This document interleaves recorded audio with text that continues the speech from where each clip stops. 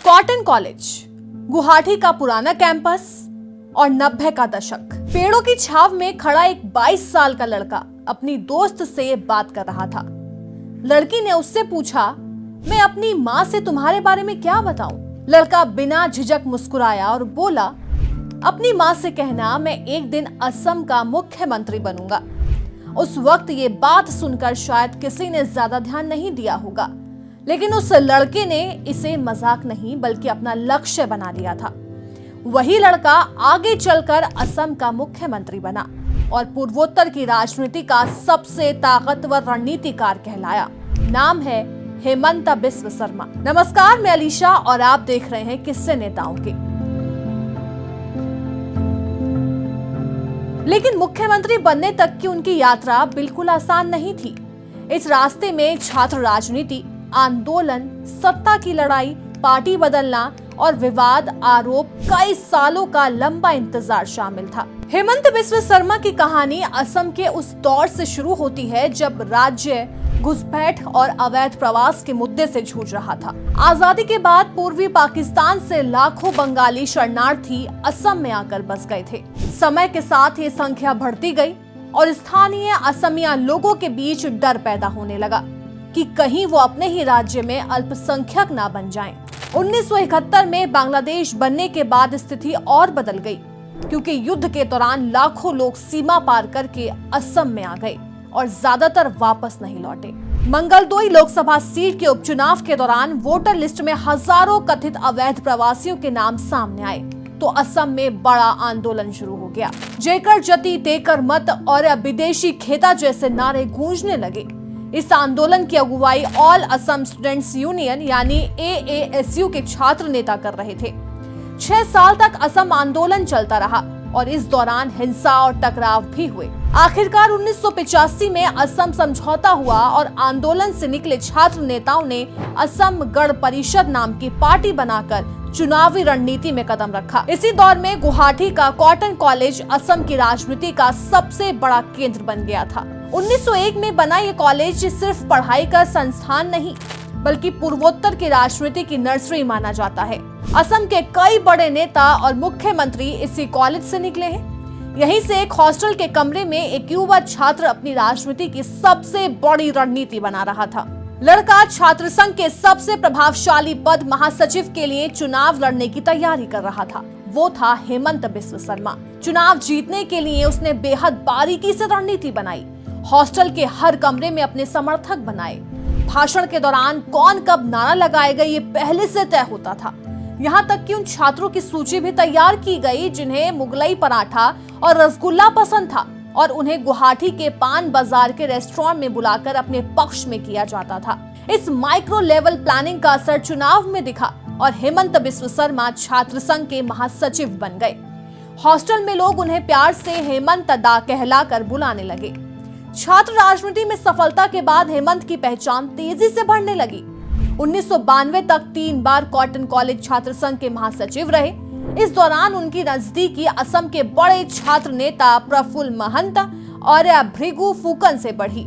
लेकिन दिलचस्प बात यह थी कि उन्होंने असम गण परिषद ज्वाइन नहीं की बल्कि कांग्रेस का रास्ता चुना था। उन्होंने तत्कालीन मुख्यमंत्री हितेश्वर सैकिया को अपना राजनीतिक गुरु बनाया। सैकिया ने भी इस युवा नेता की क्षमता को पहचान लिया और उन्हें आगे बढ़ाने का फैसला किया। 1996 में कांग्रेस ने हेमंता को चुनाव लड़ाया, लेकिन वो चुनाव हार गए। हालांकि इस हार ने उन्हें राजनीति से दूर नहीं किया। हार के बाद वो PM PV नरसिम्हा राव से मिले। राव ने उन्हें सलाह दी कि जो उम्मीदवार चुनाव हार जाता है उसे अपना क्षेत्र नहीं छोड़ना चाहिए।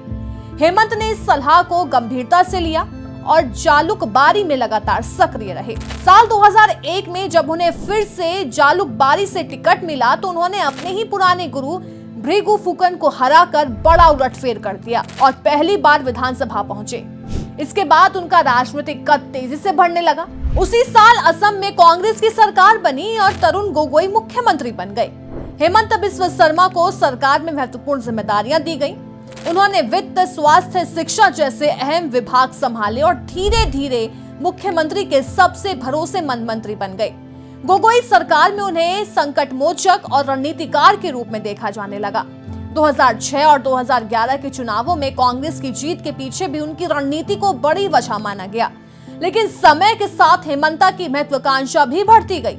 वो खुद को सरकार में नंबर 2 की तरह देखने लगे और उन्हें उम्मीद थी कि एक दिन उन्हें मुख्यमंत्री बनने का मौका मिलेगा। लेकिन राजनीति में सब कुछ योजना के मुताबिक नहीं होता। तरुण गोगोई ने धीरे धीरे अपने बेटे गौरव गोगोई को आगे बढ़ाना शुरू कर दिया। यही बात हेमंता को खटकने लगी।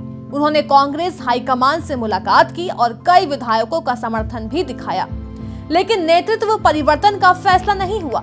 इसी दौरान 2015 में राहुल गांधी के साथ हुई एक बैठक ने हालात पूरी तरह बदल दिए। हेमंता के मुताबिक उस मीटिंग के दौरान राहुल गांधी असम की राजनीति पर चर्चा करने की बजाय अपने कुत्ते पिद्दी के साथ खेल रहे थे।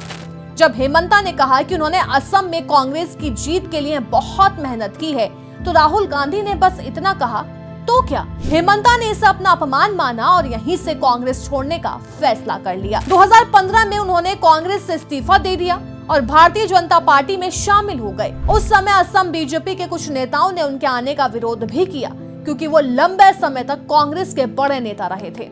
लेकिन पार्टी के केंद्रीय नेतृत्व ने उन्हें मौका दिया। 2016 के विधानसभा चुनाव में बीजेपी ने पहली बार असम में सरकार बनाई। मुख्यमंत्री बने सर्बानंद सोनोवाल और हेमंत बिस्व शर्मा कैबिनेट में शामिल हुए। हालांकि इस बार भी उन्हें नंबर 2 की भूमिका ही मिली, लेकिन उन्होंने इंतजार जारी रखा और पार्टी संगठन को मजबूत करने में जुट गए। अमित शाह के साथ मिलकर उन्होंने पूर्वोत्तर में बीजेपी का विस्तार किया और कई राज्यों में पार्टी की सरकार बनाने में अहम भूमिका निभाई। 2021 के विधानसभा चुनाव के बाद जब बीजेपी ने फिर से जीत हासिल की, तो मुख्यमंत्री के नाम को लेकर चर्चा शुरू हो गई। कुछ दिनों की राजनीतिक हलचल के बाद आखिरकार 10 मई 2021 को हेमंत बिस्व शर्मा ने असम के मुख्यमंत्री के रूप में शपथ ले ली। लगभग 3 दशक पहले कॉटन कॉलेज में किया गया उनका वादा आखिरकार सच हो गया। छात्र राजनीति से शुरू हुई यात्रा मुख्यमंत्री की कुर्सी तक पहुंच गई। मुख्यमंत्री बनने के बाद उनकी राजनीति में हिंदुत्व का रंग और घेरा दिखाई देने लगा। मदरसों को बंद करने, जुमे की नमाज के लिए मिलने वाले ब्रेक को खत्म करने और अवैध घुसपैठ के खिलाफ कार्रवाई जैसे फैसलों ने उन्हें समर्थकों के बीच लोकप्रिय बनाया, तो विपक्ष ने इन कदमों को सांप्रदायिक राजनीति करार दिया। आज हेमंत बिस्व शर्मा केवल असम के मुख्यमंत्री ही नहीं, बल्कि पूर्वोत्तर की राजनीति के सबसे प्रभावशाली नेताओं में गिने जाते हैं। राहुल गांधी के साथ उनका राजनीतिक टकराव भी अक्सर सुर्खियों में रहता है। एक तरफ देश के सबसे प्रसिद्ध राजनीतिक परिवार का वारिस है और दूसरी तरफ एक ऐसा नेता जिसने छात्र राजनीति से शुरू होकर अपनी रणनीति और महत्वाकांक्षा के दम पर सत्ता के शिखर तक सफर तय किया है।